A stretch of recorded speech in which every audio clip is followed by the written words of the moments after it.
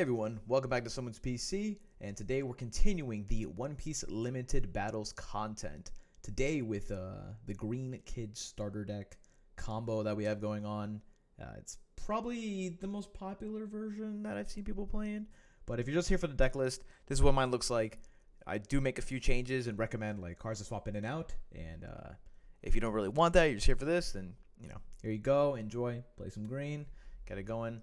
But let's go and dive into the individual cards here. So starting out, we have this amazing leader, and the deck that I'm playing when set 1 drops. Eustace Kid, activate main, pay 3, Dawn, and then discard a card from your hand. You can switch this leader to active. Basically, this leader can swing twice for whatever reason they felt like that was going to be balanced to have in the game.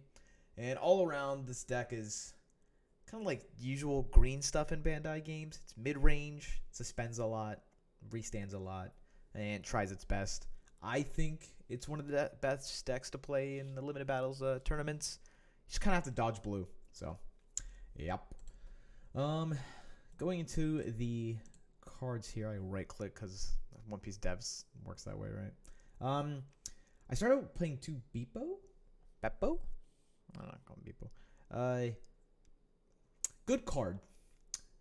Pretty much he's here to just kind of balance out opposing Bonnies or opposing level 1 drops for Rush. It is a Heart Pirate, so you can restand it with your 5-drop Kid or 5-drop Law. Jeez.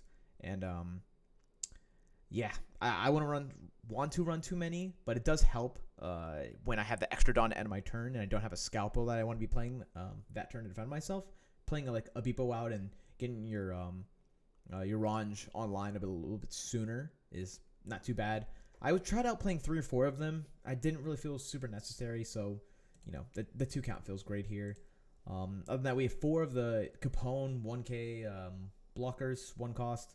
Card's broken, you're gonna be playing 4 in here. You're gonna be playing 4 when set 1 drops. Card's amazing. Usual defense tactics. This is widely renowned as the best card in the deck, which is Jewelry Bonnie. It's pay 1, tap Bonnie. Look at up to the top 5 cards of your deck. Take a Supernova card among it, add to your hand. This card usually fishes for other Jewelry Bonnie, a Pooh, a Basil Hawkins if it's a really good matchup, throw it out, and then the 7-drop Eustace Kid and Straw Sword are going to be your main targets that you put in the deck. This card is pretty much the giant target on its back, and it's kind of a pseudo blocker in this format, as everyone always wants to swing at Bonnie the turn after you use her ability, and you can have multiple out on board and use all their abilities multiple times per turn if you have a lot to restand them, but usually you only get 1 out and you tend to keep it that way until late game when you can drop 2 out and get their effects immediately. But card's phenomenal. Definitely need to play 4 of. Shouldn't be a surprise to you. Next up, we have 4 Scratchman of Pooh. It's your 2K counter deck, so we're gonna run 4 of them. Dawn 1 when attacking, rest 1 of your opponent's Dawn. I see far too many people playing this card onto the board, threatening aggression and trying to turn off event counters in this format, and you really don't need to do that until the late game against purple, maybe sometimes blue if you want to shut off a Love Beam and put an extra attacker on board that you'll force them to bounce back to your hand, right? But yeah, you need to be playing 4 of these. There's really no if, and, or buts about it. Don't forget the Supernova. You can restand it with Law, and he gets a boost from X-Drake when swinging. Solid card. Phenomenal. You play 4 once set 1 drops. Let's go Apu, right? Kind of a change up to what I see most people doing. I'm running 3 of the Heat. I've noticed that the more I play Limited Battles, the more I'm trying to get my Kid to restand earlier in the game.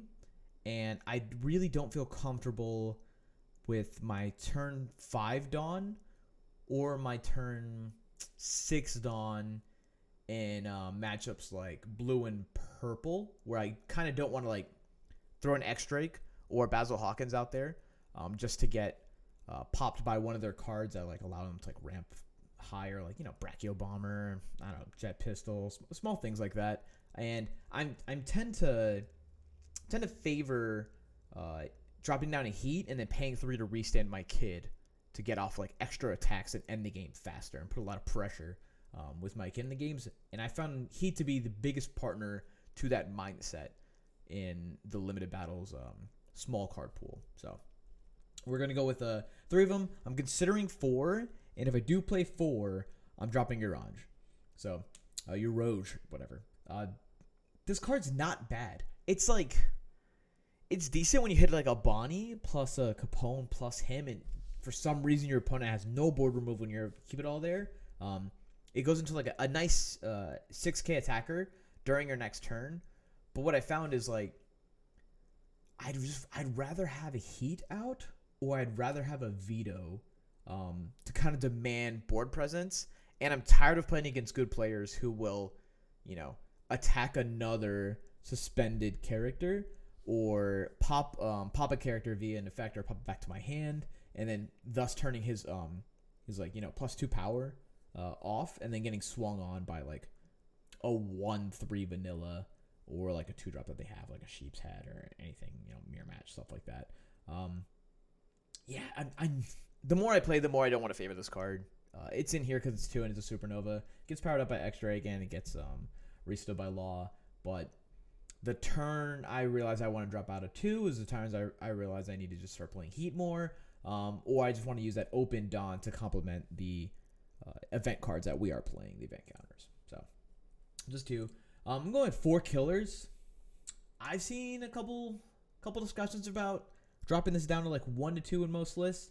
I can see that happening in set 1, but as of right now, the extra board presence you get from playing a character for free, in green specifically, is phenomenal. And the reason being is we don't have rush, we don't have immediate board removal, and it's really hard for us to throw down a card and then have Dawn going into the next turn to utilize our heavy array of event counters that we play. So I want 4, and I want to trigger it against red really, really early. I want a Straw Sword, like Black Maria's, and then put down tons of aggression with my leader and end my turn on like a killer for free. Or I just want to punish over aggression against me with like low cost vanilla characters by throwing a kid out there and hitting them. So decent in your hand, decent when paired with Straw Sword. I think it's really good against bad players who just swing recklessly and don't understand the limits of what your deck has to tech and removal, or provide removal. So yeah, I really like this card. It's really good. So I'm on 3 Veto, and everyone's probably thinking, why not promo Kid? And I'll be honest, I need that extra 1 to 2 Dawn that Kid needs the following turn to close out games, if not protect my board. So while it seems like the promo Kid demands a response from your opponent to like counter or block, the way you need to be playing aggressively in this format in order to secure a win and like secure the board, they more than likely block with anything of that power anyways. Meaning I'd rather save the extra 1 Dawn for a Scalpel going into next turn, or that 1 Dawn to pay for Jewelry Bonnie that I put out on turn 1 or 2, and I haven't yet tapped it or lost it from its current board presence. This brings me back to like, this mindset of, okay, if I'm going to do that, I might as well just play a blank Veto. It's a 1k counter in my hand. It's never dead. I don't really restand my promo Kid a lot with Law, and I don't think it's that good of a play regardless. So 3 of these went in there. I really like it so far. Helps build up the aggression. I'm playing this over promo Kid. I can understand why you want to switch it out. Sure, go for it, but just not for me. 4 Vex Drake. Card's insane. 7k attacker during your turn because its 1 Dawn gives it 1k and its own ability gives it 1k. This card's broken if it sticks onto the board, especially in this format, and it is heavily targeted by purple for like Brachio Bomber, Jet Pistol, all the removal in the game, but you still need to run 4 because if it does stick, you can take over the game by itself. It boosts our leader, which is a Supernova, so X-Drake just pops off. The card's really, really good. Boost our killer, boost our Harpoon, most of the stuff up here, minus Heat, minus Veto. So, if we were playing Kobe, I'd understand how boosting Kobe kind of helps. However, I've realized that every time I want to use Kobe, I'd rather just restand my Kid and swing and provide tons of aggression that I don't have to worry about that Kobe getting removed the following turn by my opponent and kind of negating that 4 down I could have utilized elsewhere. Only 3 of the law, because you don't really need 4, but you want to have multiple copies when your opponent has yet to hit your 5 or 4 drops with board removal. And so 3, restand your Heart Pirates, restand your Supernovas, get an extra body on board to swing in for lethal at 6, and, threaten a couple damage beams. This one I'm kind of baiting over. Basil Hawkins. I like it at 2, kind of put it to 3 because I saw people talking about, you don't want to not draw this in the mirror match, and I understand that. I absolutely will not play 4 of this card. It's not that good in the limited battles. It's heavily targeted, and there's no Cat Viper and Izu and things to set up his attack. So, yeah. 3's good for me. I might drop down to 2.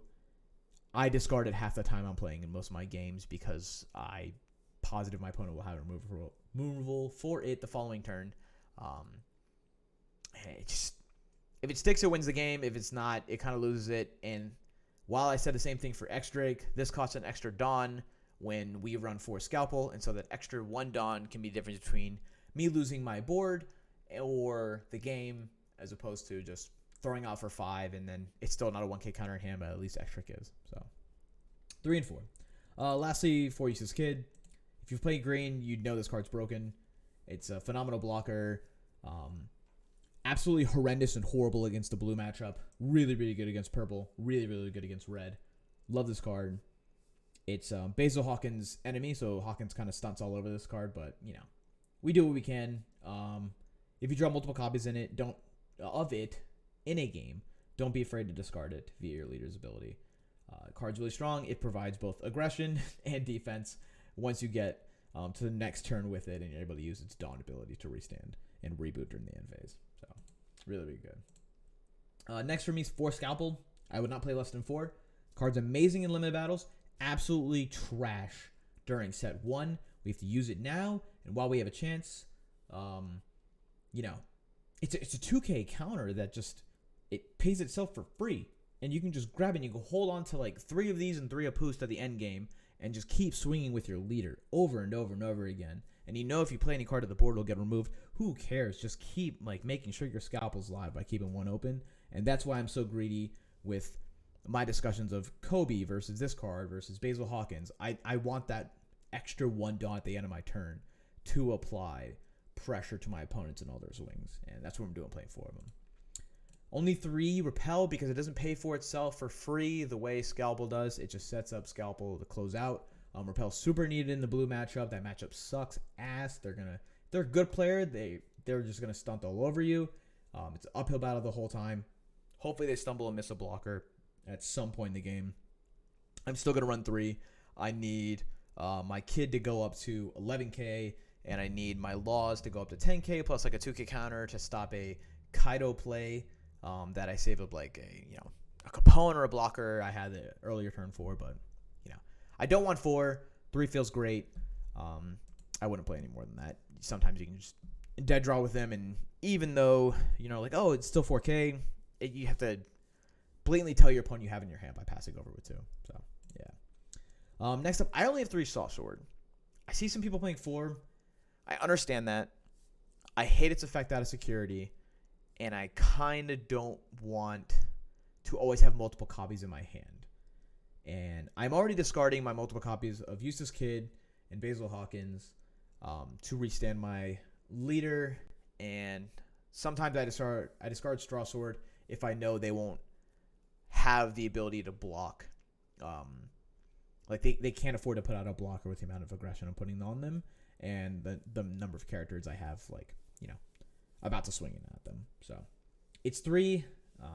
I'm kind of getting too detailed with the fact that I'm not playing 4 because it's limited battles. It's honestly not that serious, but we get serialized Luffy's to win. So 3, its ability's not that its security effect's trash, trigger effect, whatever you want to call it. It's not that good.